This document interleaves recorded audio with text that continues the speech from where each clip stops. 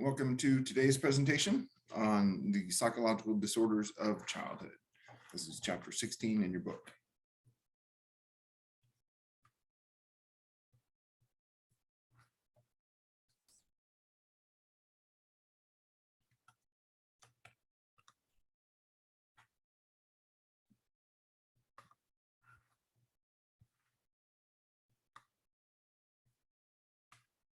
All right.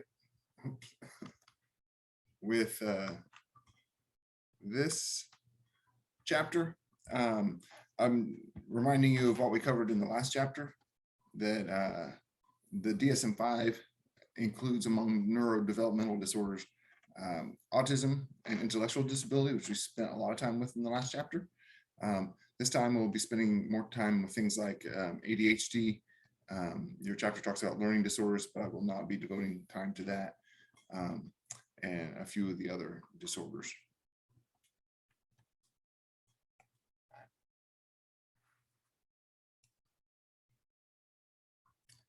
All right. When it comes to the different ways that your authors divide the disorders up in this chapter, they talk about externalizing versus internalizing disorders. And I think it's a pretty simple definition. Externalizing disorders, according to their wanting to categorize it, are behaviors that cause problem in a child's life outside of their body, basically. So they're creating school problems, fights with friends, turmoil in the family. It's this, everything is outside of themselves. Whereas the internalizing disorders that they go along with childhood are more like the adult disorders that we've talked about so far in this class, like all the anxiety disorders and the mood disorders. But it's creates problems inside the child themselves. So it's just like what sorts of feelings and turmoil they feel internally. They're not necessarily creating chaos outside their own body.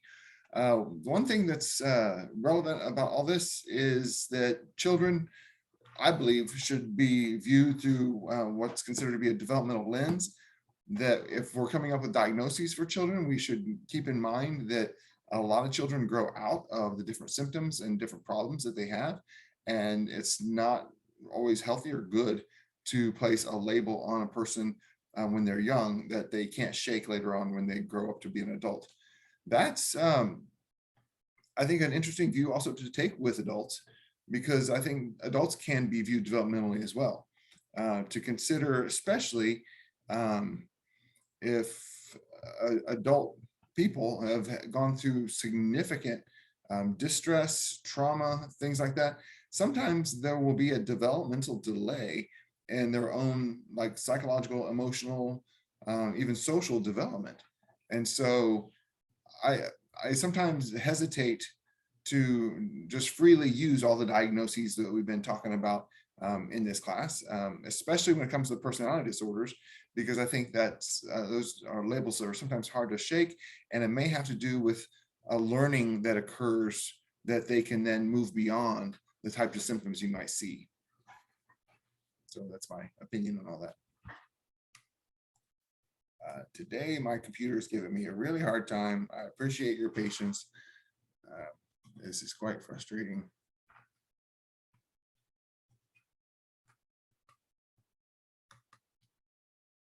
Okay, so we're going to talk about externalizing and what are some of the symptoms that go along with that, and what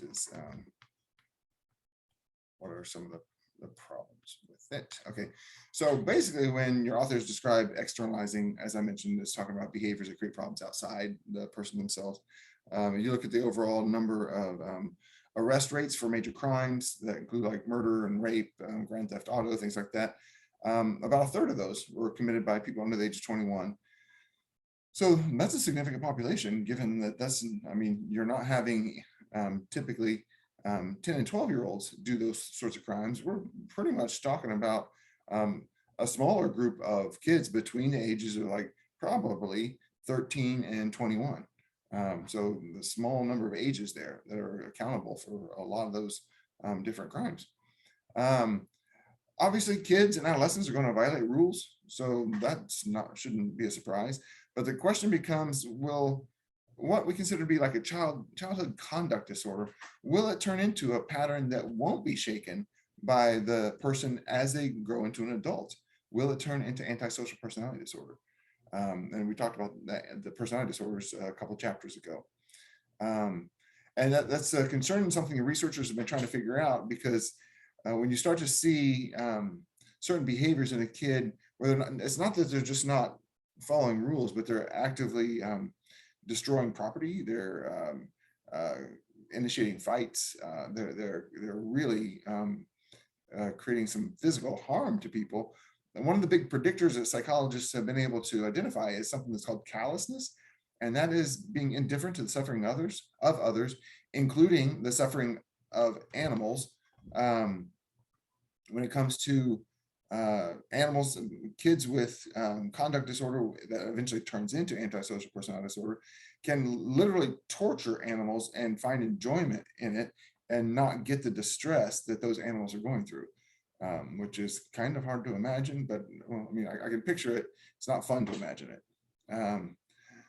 And what they found is that similar to adults, kids who have this kind of callousness, they don't recognize pretty major emotions in other people's facial expressions. So they have a hard time recognizing fear and sadness. And that is one of the things we see in adult antisocial personality disorder, is that emotions and emotional expressions don't register in the same way. If you recall that presentation I did where we're in antisocial personality disorder, we're linking the amygdala with the prefrontal cortex, where the executive function is, that those two areas don't communicate as well. So words and meanings don't have the same oomph or impact on people with antisocial personality disorder. Some of this is basically indicating that we can see this in children too, as if you see the personality trait of callousness. Other symptoms of externalizing include aggression and anger. And you have to keep in mind that trying to interpret what the motivation for the child is, are they trying to obtain something, or are they really frustrated? Because it makes a difference on why a child is externalizing. If they're regularly being frustrated for a particular reason, maybe even reasons that are particular to the child and their home setting, it's important to have more compassion and understanding with that. So trying to understand the motivation is critical. Impulsivity means not really using good judgment. Kids and adolescents are known for that. One of the things I talked about developmentally is that the pathways between the frontal cortex and the limbic system have not been fully myelinated. Those neurons are not communicating fully, which means that the emotional brain, the limbic system, is free to fire and active in impulsive ways, especially during adolescence, when every day the brain is getting a hormone bath as well, and feelings are up and down. Impulsivity is huge. But with some of the disorders we're talking about, like ADHD, it is very difficult for that child to check that, to run it by a filter. And other kids are capable of doing that. Hyperactivity, restlessness, constantly moving. I have trouble with that myself. I put there, who wants to sit still? And we're going to get into the ADHD stats, but when you have an understaffed classroom and a teacher is trying to teach 30 or more kids, and one kid won't sit still long enough, that kid is going to be seen as a troublemaker or a problem. And so we'll get at the number of kids that are being medicated because of that sort of behavior, when some of this behavior may be more like what kids just do. And then problems with attention. So we're going to talk about that with ADHD. Trouble staying on any particular task to completion, trouble focusing and thinking. These are the DSM-4 criteria for ADHD. I'm not going to go through all these. These will be on Canvas. You can look through them. It's important to note that there are two different types. There's the inattentive type, and you can go through, again, all those things yourself. And then there's a more hyperactive type, which includes the impulsivity and hyperactive moving and squirming and not sitting still. There is also a combination type where you see both of these things happening at once. So I put this up here. Half of kids with adult attention deficit hyperactivity disorder are also diagnosed with oppositional defiant disorder, which I'll get into those criteria in just a minute. There and also vice versa. So obviously half the kids with oppositional defiant disorder are diagnosed with ADHD. So those two things are comorbid so closely, it's hard to keep track of that.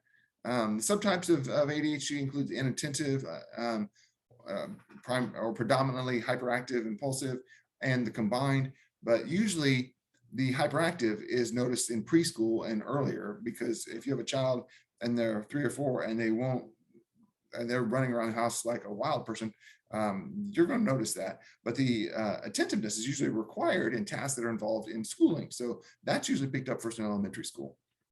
What the Center for Disease Control, CDC, has identified, nearly 10% of kids in the US have had a lifetime diagnosis of ADHD. That's huge. What you see in the US also, the boys have this more than the girls, and we are much more free, much more willing to apply the diagnosis of ADHD in the US than they are in Europe, where only you have about 1 to 2% of children receive an ADHD diagnosis. Let's see if I can hide this one more time so you can see this. This is the criteria for oppositional defiant disorder, which I referred to earlier, that half the kids with ADHD have this. And so granted, look at B. It says the disturbance of behavior causes clinically significant impairment in social, academic, or occupational functioning. Kids aren't going to have jobs really, so occupational functioning is irrelevant, but social and academic functioning, so it gets in the way of school and their social relationships and families. But these are behaviors you see with adolescents. Loses temper, argues with adults, defies adults' requests, annoys people on purpose. They blame others for their mistakes. They're touchy, angry, and resentful. I mean, hopefully a person's not always like this, but these kind of things have to go on for at least 6 months, during which 4 or more of those are present. So yeah, I mean, I wouldn't want to have a child like that, but a lot of these behaviors are things that you see in children and adolescents. Another disorder that I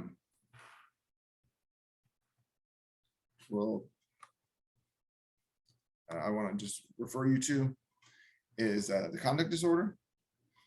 And in conduct disorder, that's the one that turns into antisocial personality disorder if it's not checked. Your book gives a much more detailed list of criteria that go along with that.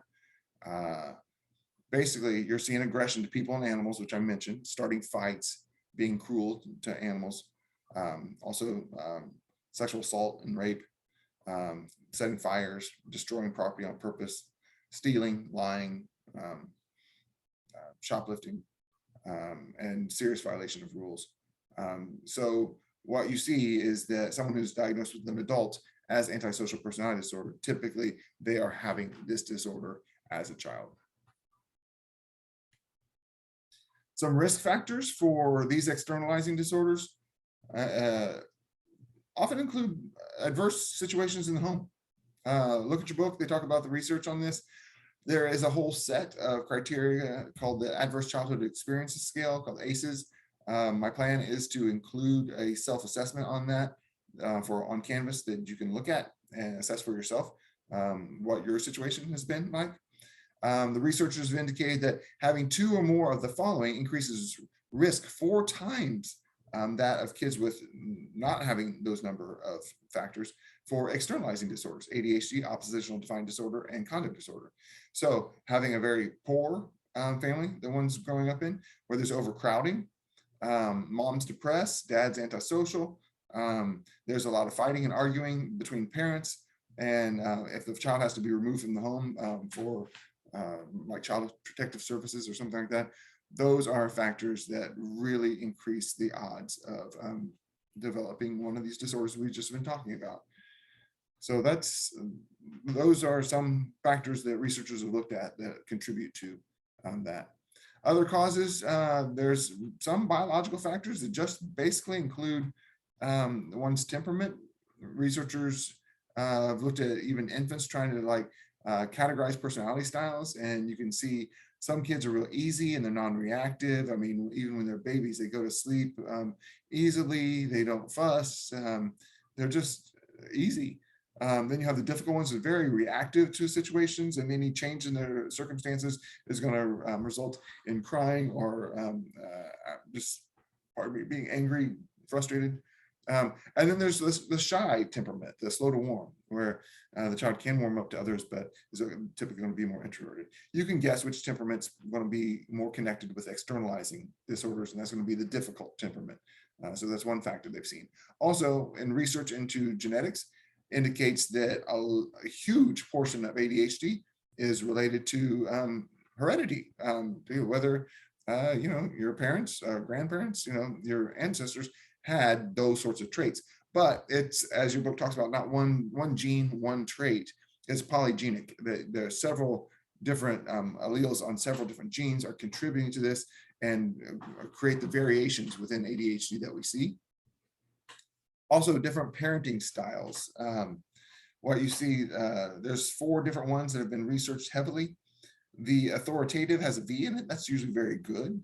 So I like to associate the V with very good, where the parent explains the consequences. There are consequences to actions, but the parent explains that so the child can internalize that explanation for when they're on their own and they're have to make decisions on their own and use their judgment. The authoritarian is just rules, but it's also combined with coldness. The authoritative has warmth in it. Authoritarian is just like the N on the end. I think of associated with no because I said so, and that's it. And so you often have kids who have a hard time trusting their own judgment and using their own judgment. The indulgent results in spoiled kids, entitled kids. I mean, you can get some narcissism there, but it's not quite the problems that you see with neglectful parenting. So it's the neglectful parenting where there's no supervision, no caring, there's no guidance. Those are the kids that have serious conduct problems later on. One other note, your book talks about this idea of coercion, and it relates to operant conditioning. And that is how basically the principles of operant conditioning are used poorly. So if in the book they talk about a kid yelling for wanting candy, and the mom takes the kid to the grocery store, and once you get to checkout and the kid's yelling for a candy bar, she's tired, she gives in. Well, what's happening with that situation is she's unintentionally reinforcing his whining and complaining and throwing a fit because he wants candy. So the kid realizes, if I throw a fit, I'm gonna get my candy. And it's not the mom's plan, it's not the mom's goal to have that happen. Alternatively, I mean, you can get into situations where abuse can come about. I mean, if the kid cries out in the grocery store, I want candy, starts to whine, and the mom slaps him across the face, basically, what happens, the kid's being punished, so they are less likely to do that if it's done consistently. But the mom is being negatively reinforced for acting out violently and physically and abusively towards the child. So because it takes away the whining. The principles of behaviorism are pretty straightforward and simple. They're very difficult to apply, even for parents that have been trained in this. Typically, when you have a child going for therapy, behavioral approach is ideal because it doesn't require insight, but it is looking at when is positive reinforcement being used, when is negative reinforcement being used, when is punishment being used, and are those things being used consistently to shape a child's behavior? Because consistency is everything in parenting. I'm not a parent, but it's the principles of behaviorism apply to everyone, including myself. Other factors that contribute, that picture is really funny. Sorry. Other factors that contribute to externalizing behaviors is if kids are not getting any attention at all, like they have neglectful parents, they start acting out, they suddenly get attention. That's reinforcing by itself. You have 2 parents who may be divorced, separated, living in separate homes, and they have different parenting styles and different rules. That inconsistency can be confusing for a child and lead to problems. Having aggressive peers, classmates, friends, and also I put up here with the Call of Duty. I mean, there's a lot of exposure to a lot of violent media. That increases, we know from the research, it increases violent thoughts and violent feelings. It doesn't necessarily translate to behavior. But if you have increased violent thoughts and violent feelings, And that's reinforced every single day with playing really super violent video games. Most kids aren't going to act out aggressively, but if it's 1 in 100,000, that's still enough to lead to some of these school shootings that we've seen. If you think about self-control, delay of gratification, that most kids are trained to like say, I want something, but I may get more if I wait for a little bit. I have to use the frontal lobe here to delay my gratification so I can obtain what I want eventually. However, in homes and situations where there's a lot of scarcity, a lot of poverty, it is like, you better get what you can, get it now. And so that self-control and delay of gratification doesn't pay off. It doesn't work. And so those same rules don't apply. So that's an issue that your book doesn't address, but I think should have been talked about by your authors. Also, in an abusive home situation, you're just basically having a child develop a mindset that I got to be on the lookout for aggression and fighting and hitting all the time. And so that's what they're looking for. And so if a kid grows up in an abusive house and then they're out in the playground with their friends in third grade, they're probably going to interpret anything that's a slight or is like, you're coming at me and I'm going to get you first. Yeah, that is just the kind of thing that can lead to externalizing disorders that we see. Treatment. Your book starts to separate these out a little bit. It's not just externalizing disorders treatment, but specific treatment for ADHD. And by far and away, the #1 preferred method is psychostimulants. That would be things like Ritalin and Adderall, which works on dopamine. What happens is, and it's weird because it's basically like speed, because the same thing as Coke, except it's time released. And you think, that, well, again, it's time release, so that's part of the issue, that it would really speed someone up. But they thought it was paradoxical because kids with ADHD who were given the meds actually slowed down and became more attentive and focused. And they said, oh, that's the opposite effect it would have on everybody else. Researchers went on, you'll see in your book, and were able to give it to kids who did not have ADHD, and it still had that same effect on those kids that without ADHD. It decreased their motor activity and improved their attention. What they found is that overall, these stimulants help more with calming activity than with school performance. There are side effects, and so I think your book does do a good job of saying when to take a child off of it for summer breaks and like all that kind of stuff. But it's like speed, so it decreases appetite, and then partially because of that, it slows a kid's growth. And that can be a very serious side effect. You want your child to be able to fully develop physically. Currently, what you see is about 5% of school-age children use these medications. That, again, is quite a bit. When it comes to oppositional defiant disorder, behavioral family therapy is the preferred mode of treatment. It usually begins with training the parents to identify problem behaviors, come up with alternate behaviors they want to see take the place, and then providing consequences for engaging in the good behavior. So reward that, and timeout and things like that for problem behavior. Basically, the behavioral therapy, family therapy, is trying to train the parents to use authoritative parenting, having consequences, but also explaining to the child why the consequences are coming down now. One more treatment is MST, multisystemic therapy, often used more for like things like conduct disorder. This is basically, the family goes in for therapy. So there's a therapist working with every member of the family, but it's also trying to corral in and bring in teachers and friends, parents, and everyone that could be in that child's social world. That's probably one of the better things that can happen. So it's changing the overall scene, not just one area for the child. This has led to less recidivism, or what they call lower repeat offenses, especially when it comes to crimes and breaking serious rules. So those are some of the externalizing behaviors. Some of the internalizing, as I mentioned, include things like anxiety disorders and mood disorders. But the DSM does not have special categories for just children for those things. So keep in mind that kids don't have insight. I mean, to look internally and try to figure out why am I feeling this way? And even exactly what am I feeling? For depression, strange. Kids often will have bodily complaints, headaches, feeling tired when they're feeling down, but can't put into words that they feel sad. Um, so also irritability is more common for kids.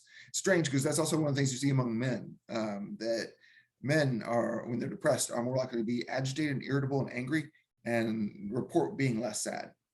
So that might have to do with insight as well. Are parents very good at recognizing when their kids are depressed? No. That is something that, I mean, actually one study they talked about said, when you look at parents' rating of child's depression and the children's own rating of their own depression, the correlation was 0 in one study. So typically if psychologists are going to work with kids that they suspect of being depressed, they're going to pull in assessments from teachers and other people in the child's life. Anxiety and fears can be, I mean, there's some things that are just developmentally normal. And I like how your book addresses this, including separation anxiety that's normal, which I'll talk a little bit more about in a second.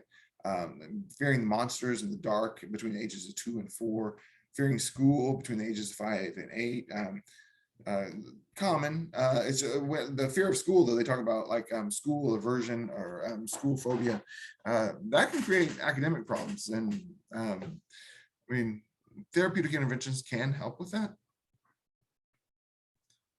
If you look at the one of the other fears about anxiety that goes along with these internalizing disorders, separation anxiety disorder, when you have 3 or 4 of these symptoms that last at least 4 weeks, and when it's kind of beyond the normal age range when you would expect it, it can start to be a real problem. This is, excuse me, or you have a child worrying about the safety of a parent, or they fear themselves getting lost or being kidnapped. They have nightmares and dreams about being separated from their families, and they refuse to be alone.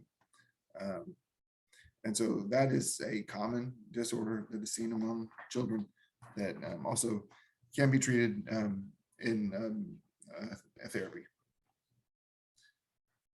Look at this in your book. Talk about like trying to figure out what factors lead to internalizing disorders, anxiety and depression and stuff.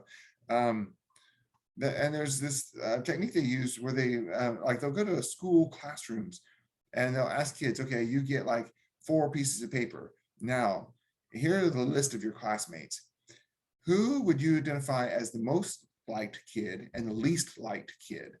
And if everyone gets 4 pieces of paper, they get a vote. And then they bring all those together. I mean, hopefully they don't tell the kids what their answers were, but the teachers and the researchers know who they were. They were able to divide the kids into several categories. The ones who got a lot of liked most were most populars. Some who got a few liked most and a few liked least were more average. Kids who got no votes at all were neglected. And then rejected kids regularly got liked least. And the controversial kids got a combination of both these. And so they were the ones that had some kids really liking them and some kids really not liking them. You can imagine that the rejected kids, the one liked least over and over, had a lot of externalizing problems, acting out, causing fights, or maybe the causing fights was leading them to be the most rejected. But it was the neglected kids that had the more internalizing problems. That they were more lonely, they were sad, more depressed. The good news about this is that the research has shown that it is not stable over time, that the kids who fall into that category with a change of schools, with a change of classrooms, even the change of academic year, can grow out of that and move into a more average or popularity type category, and then won't have the internalizing problems that they had earlier. When you look at adolescent depression, it's serious. I put down here at the bottom because suicide is still the third leading cause of death among adolescents. And it is something to be taken very seriously. I'm just talking here briefly about the treatment of that. And one major study done with hundreds of kids looked at using antidepressant medication, SSRIs, or cognitive behavioral therapy, CBT, or combining those two, or using placebo. They found that meds alone were better than cognitive behavioral therapy alone, but the best outcomes included bringing those two things together. And that's what I've seen in my own therapy practice is if someone is sincerely depressed and significantly so, if they start taking antidepressant medication, which I can't prescribe because I'm not a psychiatrist, I'm a psychologist, but if they take that, that seems to help elevate mood and energy levels enough so that when they come in for talk therapy, they can start to work on their problems and achieve their goals better. So that combination helps to provide the energy for them to get what they want out of their lives. And that was the last slide we have for this. I hope you got something from this. We have, I think, 2 more chapters that we're going to do. And I hope you are finding these videos useful.